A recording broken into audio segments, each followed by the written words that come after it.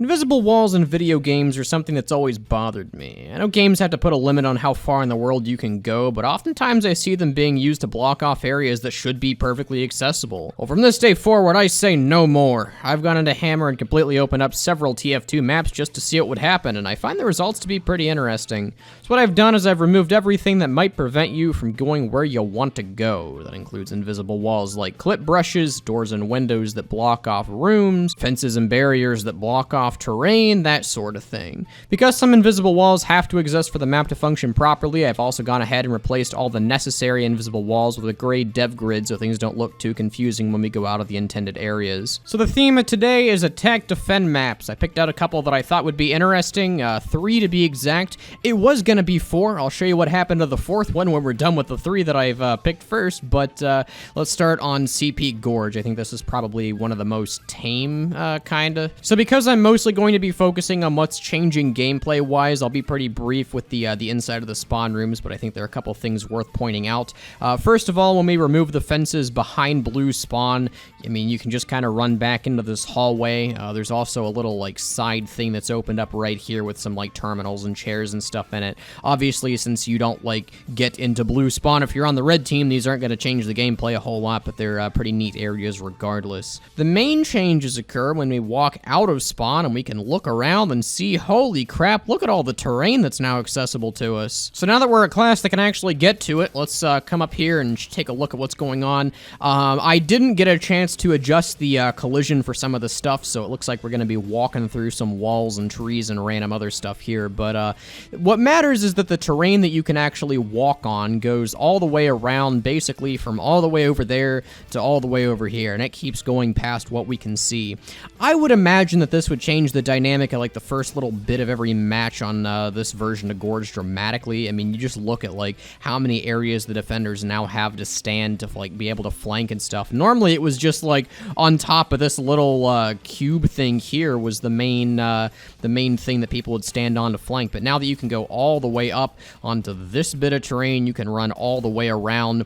Attackers are going to have a little bit of a problem getting out of their spawn room. I mean, especially if you get like an engineer up here to build a teleporter for the rest of the team. You can have things like snipers and demo man standing like in these trees sniping down. It would be a little bit of a mess. Now, assuming the blue team is able to get out of spawn successfully, they actually do have a little bit more options at the first bit of the game, because I mean, you can kind of just jump right up and over the top mid area to be able to like rain down upon whatever sentries or whatnot may be down there. So blue team actually does have like some advantages that they wouldn't normally have, which is very unusual for a map procedure like this. Usually changes that are made benefit the defender completely and never the attacker, but this is, I guess, a unique case.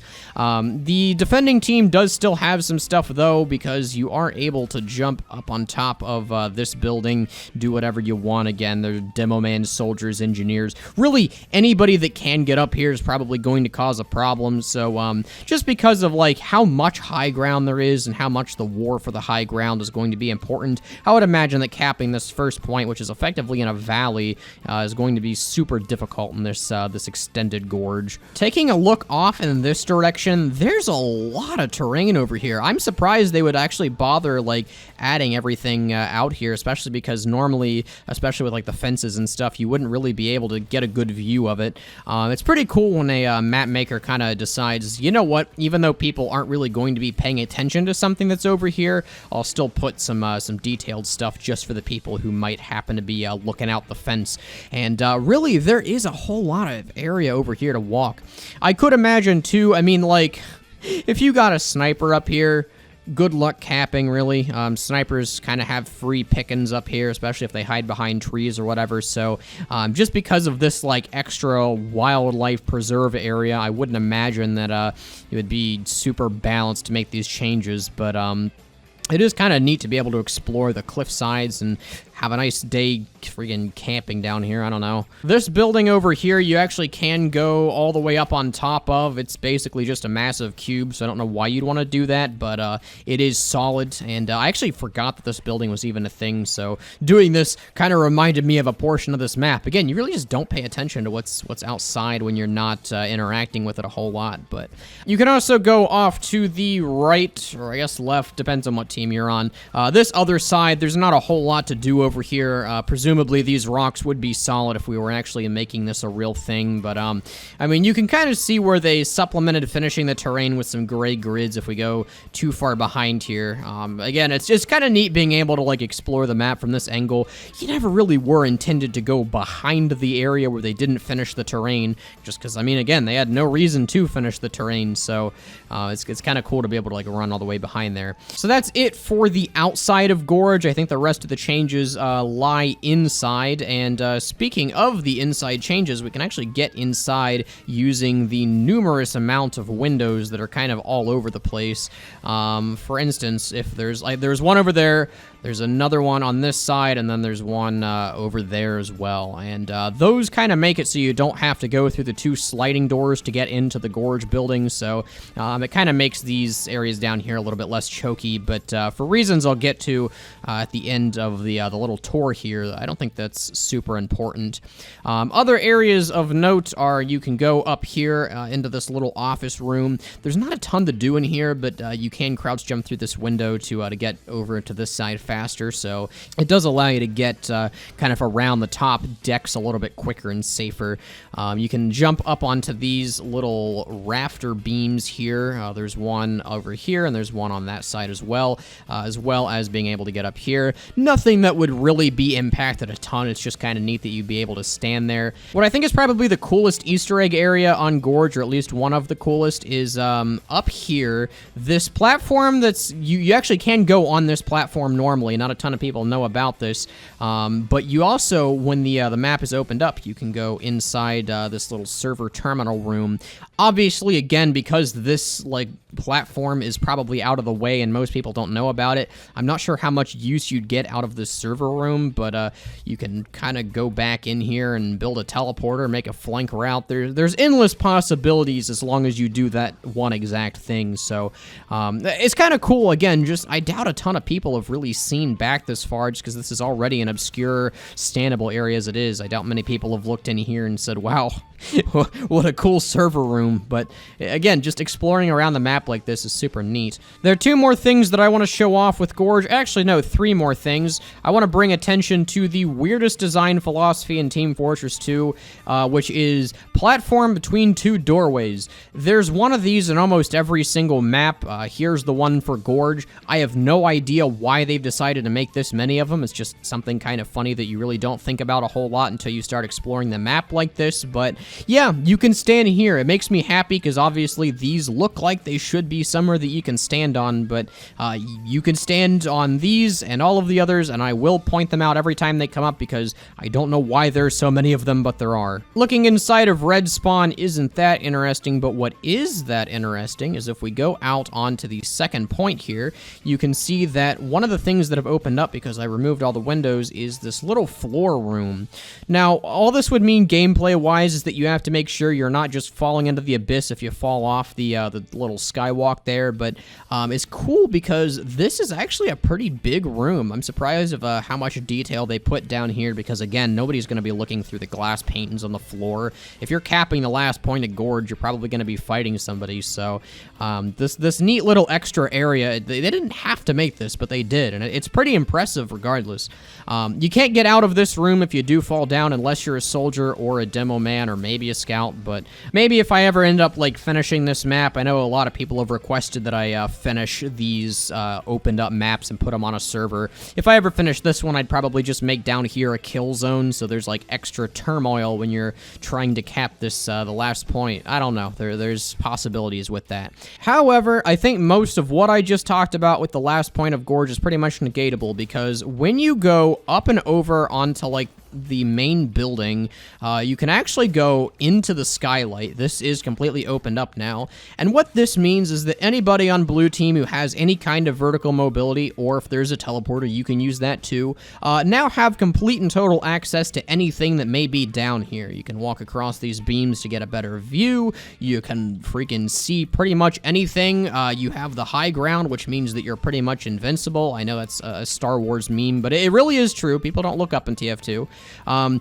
Really, this area being open means that if anybody were to get up here, they would pretty much win the game. I think the second point becomes immensely favored for blue team just because of that. It doesn't really matter because literally there's no reason to drop down until you've like destroyed everything already. So you can just quickly fall down, capture the point, and there you go. You've already won the game. So that's all the changes for CP Gorge. I said I was going to keep it short maybe. There are some extra little areas like being able to run all the way back behind here this way.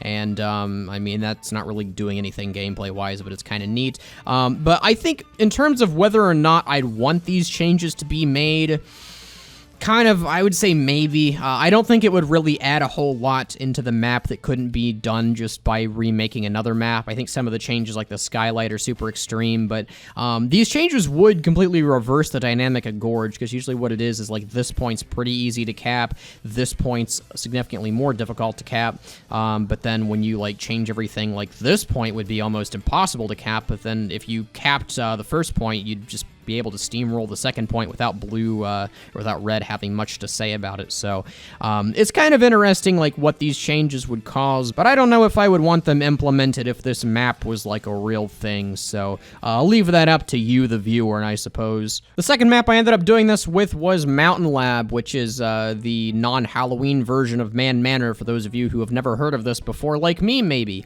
Anyway, this map is actually pretty cool in terms of what you can see. Most of it is aesthetic though. Like I don't think there are a ton of gameplay changes that are like super noticeable, but honestly with how much nature there is kind of surrounding each and every point, this feels like an open world game. Just because of that, the gameplay would be dramatically altered if people decided to use it.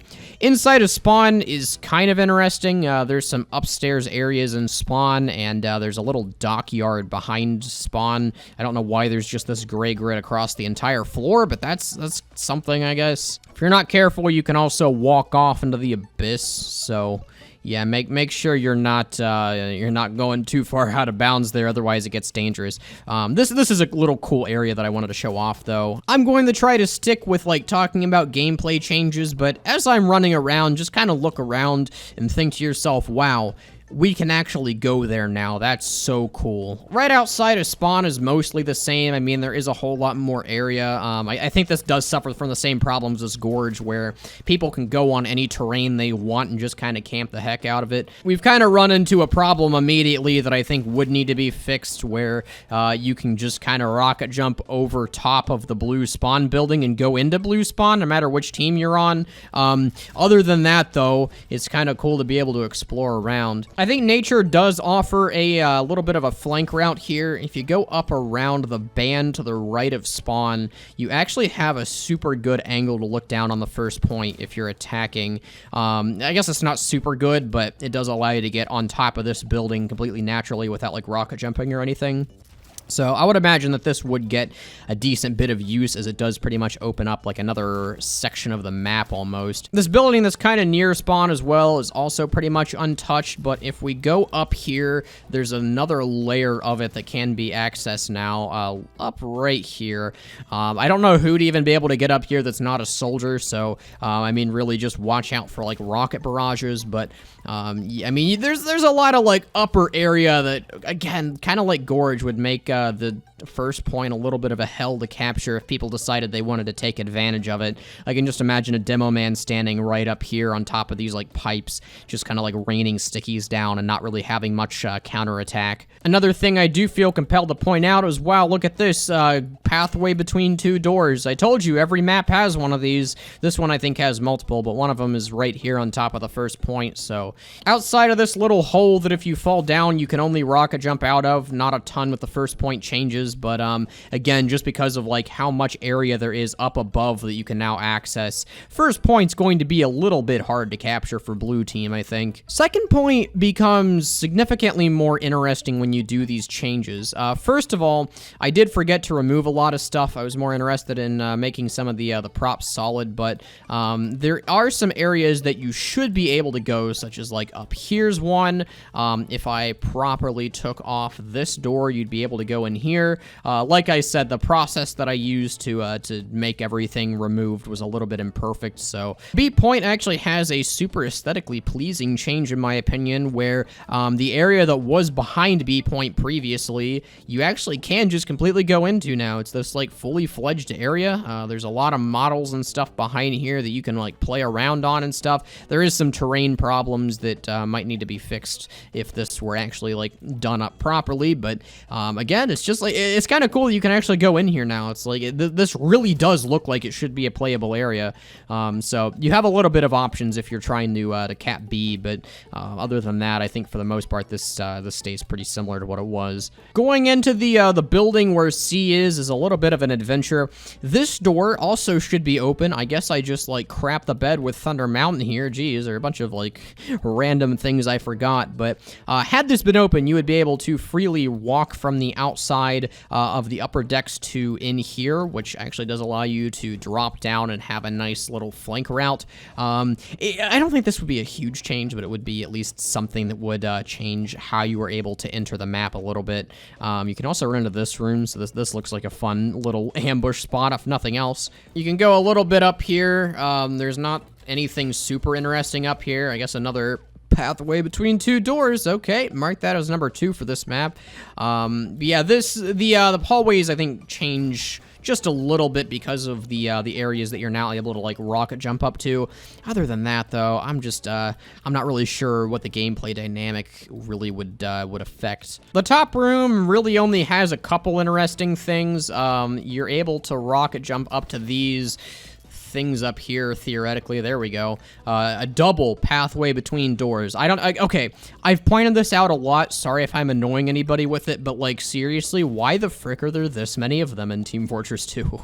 It's like one of those things. I want to start a conspiracy video on this. Anyway, yes, the amount of interesting things is basically up here. There's slightly more area. This is not a skylight. This, I think, yeah, the skybox for this and for the last point are completely secluded from the rest of the normal skybox. You can see where I'm like traveling between them. The sky turns black, which means I'm not actually in the skybox. So really, you wouldn't be able to like get any sick flanks by like running around up here. I don't know what the frick I just did there, but yeah, these are pretty much secluded, so the dynamic of C, I think, would remain pretty much intact. So as far as Mountain Lab goes, that is pretty much it. I'll take a quick look inside of Red Spawn here. I don't think there is anything super interesting. I didn't remove any of the doors that weren't blocking anything, because sometimes that would break the map, and obviously that's not good, so I don't know if I mentioned that yet. That's why there are still some doors. Yeah, the other thing that should be open is this room, but nothing much in there to do, so whatever. So the main gameplay differences for Thunder Mountain are the first couple of points are just a lot more open. Would these changes be beneficial to this map? I mean, it's really anyone's guess. I think it would make the rounds go a little bit longer. Maybe if you increase the timer on A, it would be a lot of fun. But really, anything where you open up this much terrain that's not intended to be open is going to have some problems, and that inclines me to say no, probably don't do this if you want a balanced map. It would be really cool, though. I mean, there's a lot to explore, and I've had a lot of fun just kind of like rocket jumping around the edges when I was testing this map out. So, if nothing else, that's kind of a neat thing. Oh, okay. And the last map that I'm going to be taking a look at today, well, the last functional map is De Groot Keep. This one's really cool. I was messing with this some, and honest to God, I'm probably going to make this map just be a thing after some of the stuff that I figured out. There's not a ton that changes gameplay-wise. I mean, you have like a little bit more area to explore behind the blue spawn, which is kind of neat. Some of the rocks just don't have any collision, which kind of sucks, but you can fall out of the map pretty easily sometimes, which is obviously a problem. What I think is really cool about the Groot Keep, though, is because of how much stuff you're opening up, there's a lot of trimpable angles. I mean, a lot of them. You can go flying off of about any surface that's now opened up. Like, look at this. You can get, like, all the way on top of the castle just by flying off some of these roofs, and all it takes is a couple jumps. I'll get to some of the cool trim spots that I found later after we actually explore what's now open, but first looking at A, the only thing that really opened up are these houses that you can now go on top of.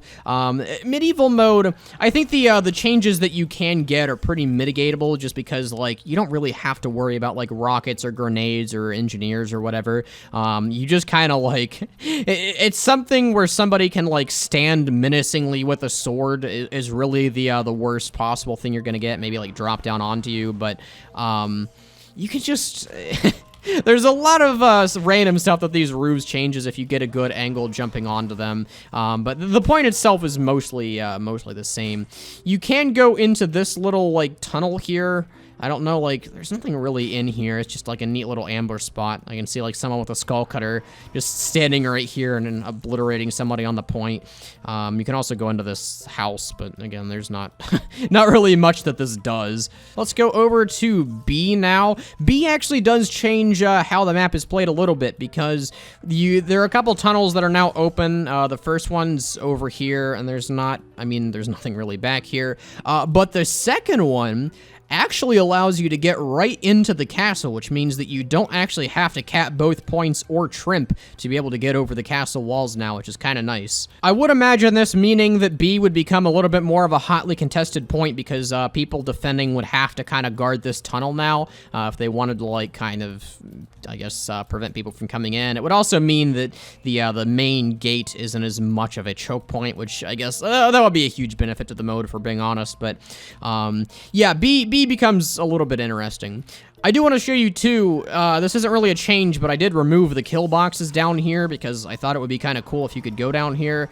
And for the most part, I was right. I say for the most part because you can still kind of clip into some terrain down here, but this bit of land that's down here actually does make for a nice little picnic area. I don't know if there's any way that you can get back up to the top if you fall down here. Maybe we could add, like, a little pathway or something on a finished map. Oh, it might just be trimpable, but if you're like a sniper or somebody who's gotten knocked down here, I don't know. I think it's pretty much game over for you if you happen to land in the water. Oh, yeah, no, you can completely get out as Demo Man. That's kind of cool. But the down here area, just because it's so out of the way, I don't think would change how the map is played a whole lot, but it is pretty cool that you can go down here. You just have to be careful not to fall into gray grid hell. Inside of the castle, not a ton has changed. You can go into the terminal room and inside of the towers, which is kind of neat. Other than that, though, I mean, really all the changes are, like, if you decide that you're a trimp god, you can, like, go on top of the castle. I've not been able to hit that specific one much, so I won't try to, like, fish for it here. I'll just fly up. But there is a bit of area, like, on top of the castle and stuff that if you somehow got up here, it would be pretty cool to be able to, like, explore around. Both of the guard towers are also standable, so, like, if I go over here, then I can stand up here.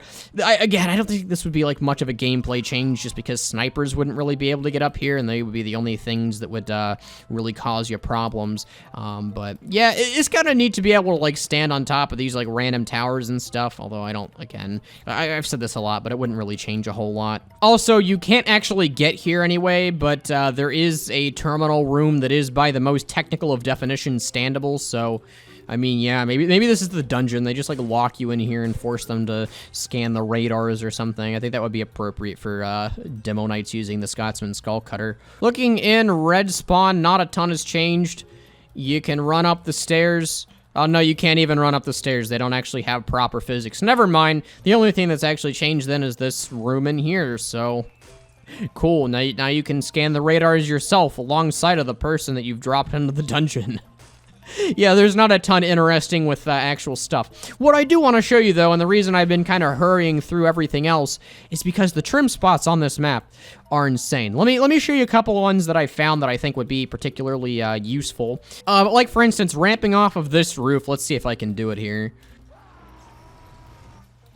Oh, almost had it. But yeah, you can see where if I would have had a little bit less velocity coming in, I would have been able to get onto this little ledge. The trims that you can do off of this particular roof are insane. Oh, I do feel compelled to point out too that because the blockade above spawn or above blue spawn is now removed, if you do a precise trim, you can actually get over the blue spawn. So that's that's something. You can just kind of spawn camp now. There's also a reverse version where you can trimp out of blue spawn, although it's kind of risky considering sometimes you can go into the map. Although, I'm pretty sure you can still hit people through the floor, so this actually might need patched. Really getting into blue spawn's not even that hard. You might not even have to trimp. Yeah, you can just crouch jump up on top of these barriers, so that might be an issue too if snipers can get up here, but I don't know. We'd have to put more measurements in place for this to be super playable, but it's just so much fun. Like, watch. Wee.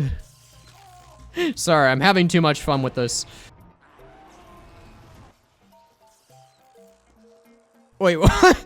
Okay, that's weird. I didn't know that you could get on top of the towers like that. I feel like there actually might be a reason to go down there now, seeing how much that launches you. You can kind of use this roof, too. I managed to hit one of these.